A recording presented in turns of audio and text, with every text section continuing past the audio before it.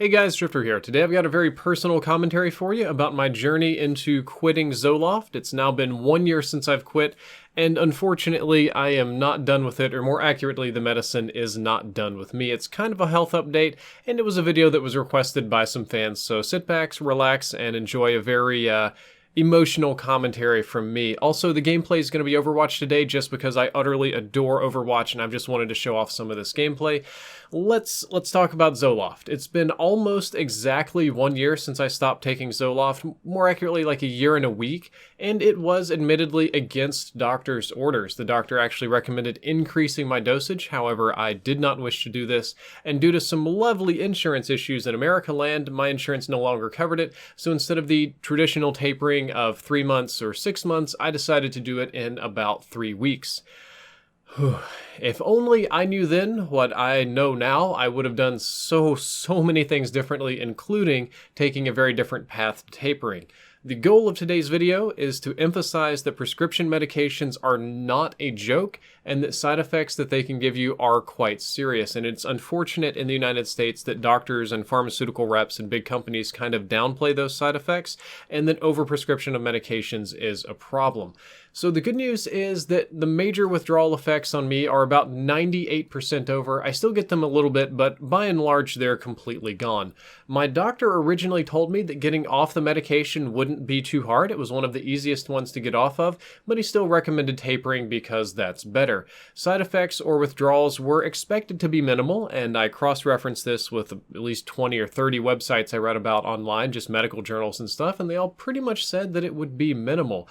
Unfortunately, it took me about 9 months before I would have considered myself to be clean. However, even still, I do get some of the stranger side effects, most notably mood swings, insomnia, and a more personal one about sensitivity to noise, which we'll talk about later, which was shocking for a medication that was supposed to be mild. I honestly believe that my cleanup time for hard drugs, except for maybe heroin, would have been much shorter. And since then, I've read thousands of stories online about people struggling to get off of this medication or struggling to adapt to getting off of it, and I've met several people that have had this issue themselves or have had loved ones with this issue. And I love reading scientific journals, I love researching online, and most of the time it's true, but in this case, the information that I was getting online did not match up with any of my personal experiences, nor the personal experiences of anybody that I talked to, and I've begun to distrust medical studies, especially when it comes to pharmaceuticals, because it's just not matching my reality at the moment. I don't know, maybe I'm salty, maybe I'm paranoid, but it was really scary to start reading and just read story after story, 10, 20, 100, 1,000 stories about people having some of the same problems that I have. But backing up a little bit to the personal stuff and not online stories, I am, for the first time in a long time, feeling like myself again. You can probably see it in the increased amount of content on my channel, the increased travel, doing more streams, doing more advanced projects like VR and drone things. And it feels good to be alive again, because a couple months ago I didn't feel so alive. I felt dead, more like a zombie most days. And I don't know if I'll ever be able to go back entirely to my old self. Some of the damage that was done to my body seems permanent. And in the last year of my life, I feel like I have aged a decade, both physically and mentally. The toll that it took on me quitting this medication was extremely high. The big one I want to talk about is noise sensitivity. That's one of the ones that gets me pretty bad. And I am now way jumpier and way more sensitive to loud noises than I ever have been in my life.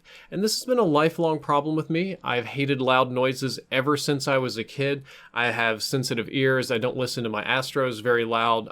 When I was a kid, I was very often yelled at for a variety of things, and not all of my living situations were great. And it made me this very jumpy, paranoid kind of kid that didn't respond to loud noises very well.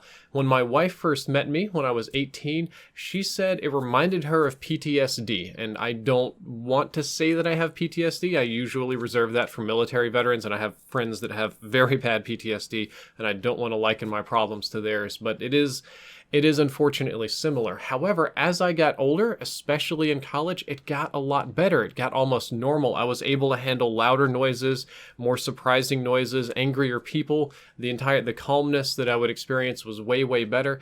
And later in life, when I would start taking the Zoloft, it went away almost entirely. For the first time in my life, I was no longer frightened by loud noises. I had no abnormal responses, and it just felt good to be normal. However, almost immediately after quitting the Zoloft, and even until today, the noise sensitivity came back, and it came back worse than it has ever been in my entire life. Almost all loud noises make me jumpy. It's not so bad if I expect them, like if I go to a big public event like an air show or PAX or a concert or, just places where I know it's going to be loud, that's fine. I think a lot of it has to do with the unexpectedness. Or if I know a person is about to get up and yell and make a big speech or do something, it's okay. I can deal with that. I'm not comfortable with it. I still don't enjoy the loudness, but I can handle it. However, there's one situation that gets me really bad, which is human voices that are too loud, or especially ones that volume ramp out of nowhere. Those trigger a very, very extreme fight or flight response, and it doesn't even matter what kind of noise. You're probably thinking, like, if somebody gets in my face and yells at me, I can't handle it, or, that they just get and scream in my ear, and of course those would be bad things, but sometimes it's as simple as something laughing, and I'll give you an example of something that happens with me and my wife, unfortunately far more common than it should. My wife, Jessica, really gets into her phone sometimes. I think a lot of people do. She's really expressive. She is quite loud. And when she reads something funny or interesting, she's there, she's in it, she's feeling it. So we'll be sitting there eating breakfast and I'm just munching on my cereal and she'll be right beside me doing the same thing and she'll see something on her phone and go, "Oh my God!" And I would just shit my pants. It triggers such an intense fight or flight response that I almost can't handle it. And the thing about it is that it's just that we're going from like really quiet, no conversation, normal to loud. Or we'll just be sitting there eating and she'll just laugh. Just like because she's found something that's just hilarious and she just busts out laughing. And it terrifies me and makes me angry at the same time and hits like every negative emotion that's humanly possible. It bypasses all rational thought and goes straight into extreme danger in my brain. And I feel like I have to either flee the room or stop the noise immediately, which makes me want to put my hands on her, which I obviously don't want to do. But I have to like sometimes grip the table hard enough to crack nails or just like stretch a knuckle. Or sometimes I'll just shake really, really bad in order to not respond to this and suck it all in and hold it together. And for her, this is terrifying because she can see me cringe in fear, anger, response at her laughing, or it feels like I emotionally shut her down. She feels restricted sometimes, but I just can't handle that noise. Or sometimes I'll go and I'll meet a new person and they'll be a rambunctious person and they're just like a loud person and they'll introduce themselves and be like, "Nice to meet you," really loud and like slap me on the back. And I just have to like suck it up super, super hard. I have my hands in my pockets and what you can't see is that I've got a fist that's just like shaking and I'm squeezing it as hard as I possibly can until my knuckles go white. Because I can't handle that noise.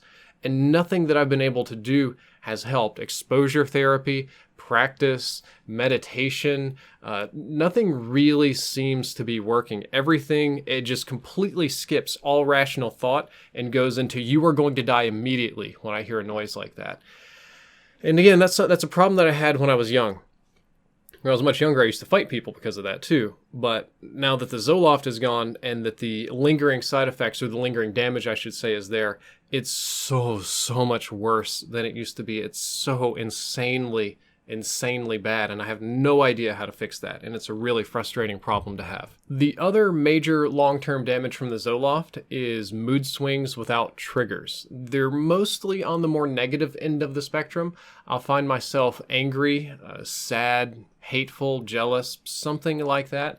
And in that particular moment, I will have a reason. There will be a thing that I'm mad at, a person, an event, a thought process, sometimes myself. But after some reflection, what I'll realize is that I'm angry at a completely nonsensical thing. As a more upbeat example than some of the other ones, I've been mad at my dogs because they don't clean the house. And that's complete nonsense. That's not even logical. But the anger is there, and it has to have some kind of expression in thought, so it jumps to that.